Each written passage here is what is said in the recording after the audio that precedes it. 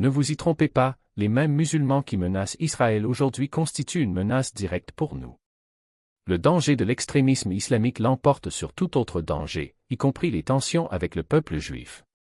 Alors que nombreux sont ceux qui pointent du doigt Israël, ils ferment les yeux sur la réalité brutale qui se répand à travers l'Occident.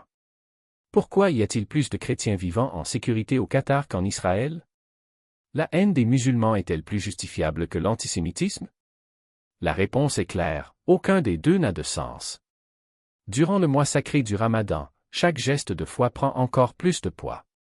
Lorsque nous jeûnons de l'aube au crépuscule, nous nous souvenons de la valeur inestimable d'une simple gorgée d'eau. Mais pour des milliers de familles en Gambie, la lutte pour l'eau potable est un combat quotidien qui ne connaît aucun répit. Cette année, des bénévoles se sont réunis pour changer cette réalité en installant des puits artésiens alimentés à l'énergie solaire. Contrairement aux puits peu profonds, qui s'assèchent ou se contaminent, ces structures garantissent un approvisionnement constant et sûr, redonnant vie à des communautés entières. Le prophète Mahomet, que la paix soit sur lui, a enseigné que la plus grande charité est d'offrir de l'eau à ceux qui ont soif. Soutenez notre mission et apportez le don de la vie au peuple gambien. Donnez de l'eau, donnez de l'espoir. Contribuez maintenant et aidez à transformer les destins. Que la paix soit avec vous tous, frères et sœurs. Ce Ramadan, rejoignez-nous pour apporter de l'eau et de la nourriture à ceux qui en ont besoin en Afrique. Allah, dans son infinie miséricorde, multipliera toutes les bonnes actions. À Ngarunosa, la soif est une cruelle réalité qui se répète jour après jour. Je suis Ajaïram Munkarim, et ceux qui donnent généreusement verront leur récompense doublée, comme promis par Allah. Ne laissez pas l'indifférence prévaloir. Contactez-nous et faites une différence. Examinons maintenant un débat houleux entre Tucker Carlson et Douglas Wilson à propos du Moyen-Orient. Le sujet est controversé, mais nécessaire. Il n'y a aucun moyen de contourner ce problème. Les actions du gouvernement israélien à Gaza sont indéfendables. Plus on connaît les faits, plus il devient difficile de justifier l'injustifiable. Comment défendre le blocus alimentaire? Comment expliquer le refus de laisser partir les enfants? Israël possède les armes les plus précises au monde, mais choisit de bombarder les églises, les écoles et les hôpitaux chrétiens. Quelle logique y a-t-il là-dedans? Si quelqu'un commence à remettre en question ces actes, aucun argument ne peut être soutenu. Attaquer des civils, affamer des enfants, utiliser la violence comme tactique, ce n'est pas de la guerre, c'est du terrorisme. Et c'est exactement ce qui se passe à Gaza. La résistance au débat sur le sujet ne fait que renforcer la gravité de ce qui se passe. Quand est-il acceptable de tuer des innocents? Comment pouvons-nous répondre à ceux qui prétendent à juste titre que mener la guerre contre des civils est un crime odieux? Certains tentent de nier la réalité, affirmant que ce n'est pas ce qui se passe. Mais comment le prouver? Pourquoi ne pas autoriser les caméras à entrer? Pourquoi les journalistes en tenue de presse sont-ils ciblés? Les faits parlent d'eux-mêmes. Nier la mort de dizaines de milliers d'enfants, c'est ignorer la vérité. J'ai rendu visite à certains des frères qui ont survécu à ces attaques la semaine dernière et la douleur est insupportable. Pendant 2 ans, je suis restée silencieuse par peur des représailles. Je sais qu'ils tenteraient même de faire du mal à mes enfants. Mais il arrive un moment où le silence devient connivence. Cela n'affecte pas seulement Gaza, cela nuit aux États-Unis, qui financent et défendent ces violences sur la scène internationale. En quoi cela peut-il être bon pour mon pays? Tucker ne mâche pas ses mots, bombarder des églises et tuer des enfants n'est pas une erreur politique, c'est une tragédie morale. Il conteste l'idée selon laquelle les morts civiles ne seraient que des dommages collatéraux. Il est rare d'entendre une voix conservatrice qualifier cela de terrorisme. Si nous ne pouvons pas admettre que tuer des enfants est une erreur, nous perdons notre humanité. Et le problème ne se limite pas à Gaza. Le monde conservateur, qui devrait défendre les valeurs chrétiennes, semble anesthésié. Ces personnes sont mortes? Cela n'a pas d'importance. 2 églises ont été détruites? Cela n'a pas d'importance. Je suis chrétien et j'ai le droit de me demander, qu'est-ce que les églises ont à voir avec cela? Ont-ils abrité des tunnels du Hamas? Personne ne le prétend. Mais même s'ils le faisaient, cela justifierait-il leur bombardement? Si un tunnel passait sous une église, la réponse serait-elle, désolé, mais nous ne pouvons pas épargner un temple chrétien? Les limites de la barbarie ont été dépassées.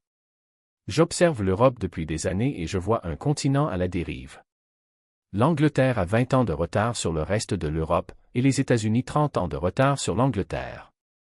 Aujourd'hui, presque toutes les grandes villes britanniques ont des maires musulmans. La politique d'immigration a été un désastre, tout comme la nôtre à la différence près que, si notre problème à la frontière sud concerne les pentecôtistes et les catholiques, en Europe, les défis viennent des groupes islamistes. J'y étais il y a 10 jours et je l'ai vu de mes propres yeux. On pourrait à juste titre affirmer que les mêmes musulmans qui menacent Israël menacent l'Occident. L'islam radical constitue une menace plus grande que n'importe quel conflit avec les Juifs. Mais quel est le véritable problème des musulmans en Europe? Sont-ils trop musulmans ou sont-ils des criminels? La réponse n'est pas si simple. Et il ne s'agit pas d'être contre l'islam, je suis chrétien et je respecte la foi des autres. Pourquoi y a-t-il plus de chrétiens vivant au Qatar qu'en Israël? Cette question mérite réflexion. Le débat entre Tucker et Wilson révèle une profonde fracture. Wilson considère l'islam comme une menace imminente, tandis que Tucker ne se laisse pas emporter par les généralisations. La discussion est loin d'être terminée. Et ce que Tucker met en évidence, c'est précisément cette contradiction. Le Qatar, pays musulman, abrite 2 fois plus de chrétiens qu'Israël et ce ne sont pas des esclaves, comme certains aiment le décrire. Ils y vivent par choix et fréquentent des églises construites sur des terrains donnés par le gouvernement lui-même. Alors, si l'islam est cette menace monolithique qu'ils nous vendent, pourquoi l'un des pays les plus conservateurs au monde autorise-t-il et même facilite-t-il la pratique du christianisme? La réponse ne réside pas dans la religion, mais dans la manipulation du récit. Après tout, qui a encouragé cette vague migratoire post-11 septembre? Les mêmes qui appellent aujourd'hui à la haine des musulmans.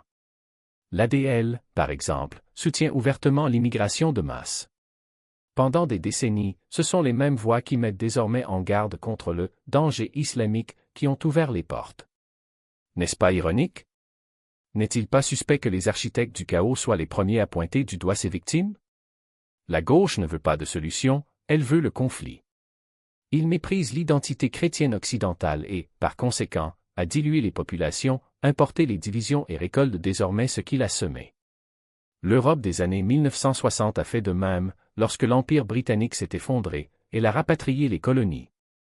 Et nous répétons l'erreur. Mais et maintenant? Que faire d'une société qui n'est plus chrétienne? Premièrement, reconnaissez que la haine raciale fait de nous le Rwanda. Deuxièmement, comprenez qu'attaquer les gens à cause de leur foi est aussi répugnant que persécuter les Juifs parce qu'ils sont Juifs.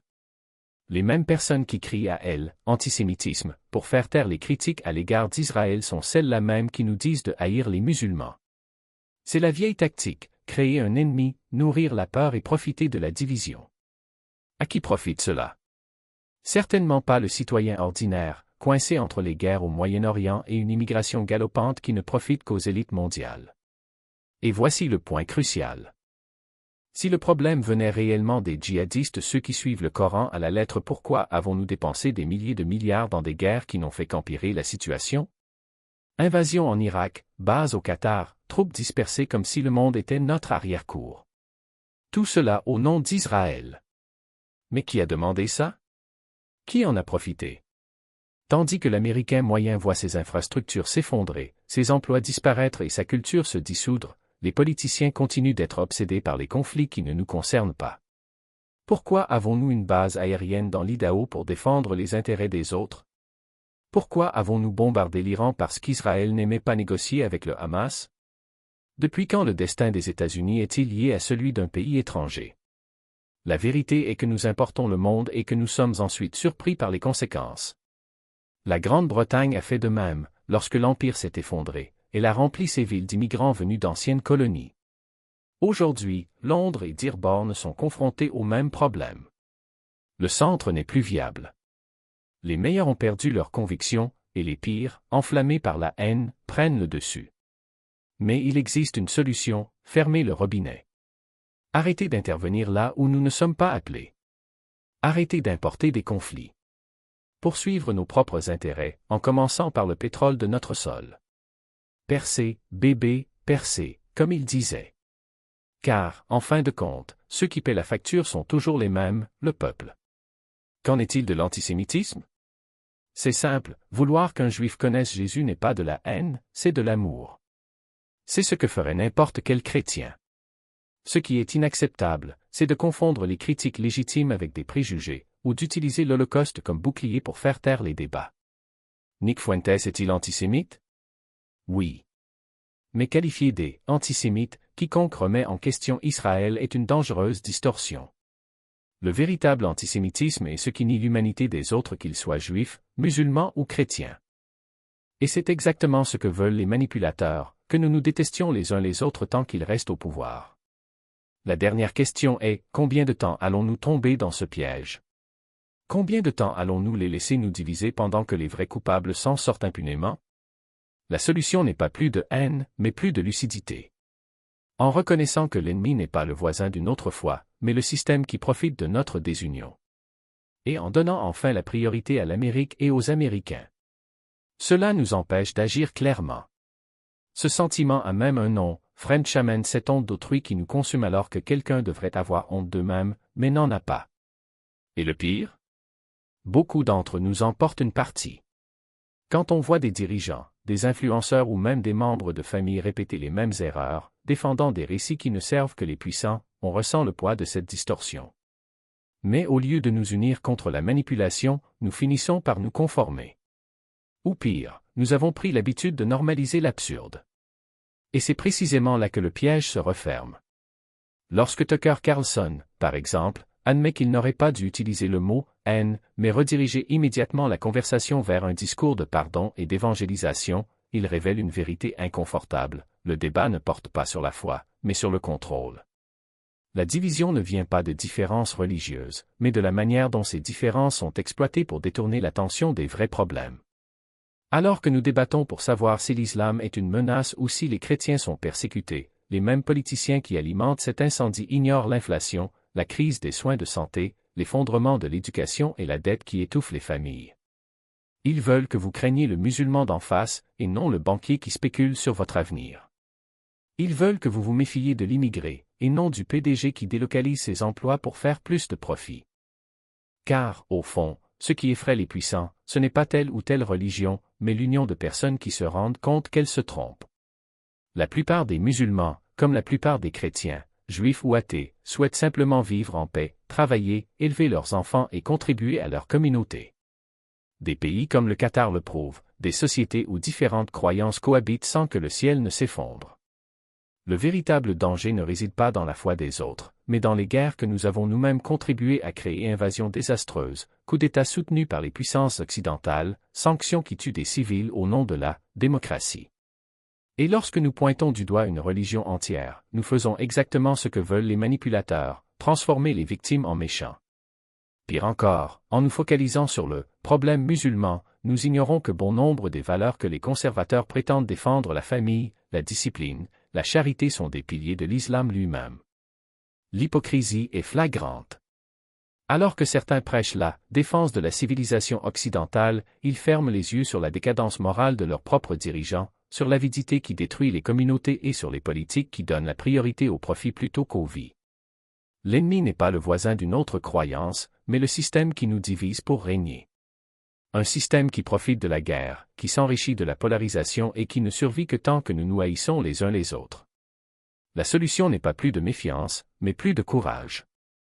Courage de regarder au-delà des gros titres sensationnalistes, de parler à ceux qui pensent différemment et de se rendre compte qu'en fin de compte, nous sommes tous victimes de la même machine.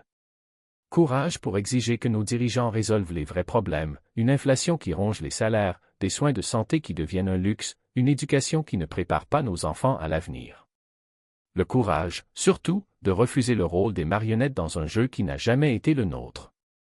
Alors, je demande, combien de temps allons-nous nous laisser distraire par de faux ennemis? Jusqu'à quand accepterons-nous que c'est la faute d'autrui, alors que les véritables responsables resteront impunis? L'Amérique et le monde n'ont pas besoin de plus de haine. Il faut plus de lucidité. Plus d'unité. Et des gens prêts à dire « ça suffit ». Fini les divisions fabriquées. Plus de boucs émissaires. Fini d'être utilisés comme pions sur le plateau des puissants. L'avenir ne sera pas décidé par celui qui crie le plus fort, mais par celui qui voit le plus loin.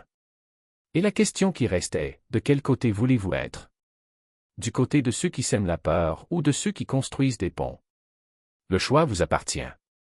Mais rappelez-vous, pendant que vous êtes occupé à haïr, quelqu'un d'autre est en train d'en profiter. Et ce quelqu'un n'est pas votre voisin.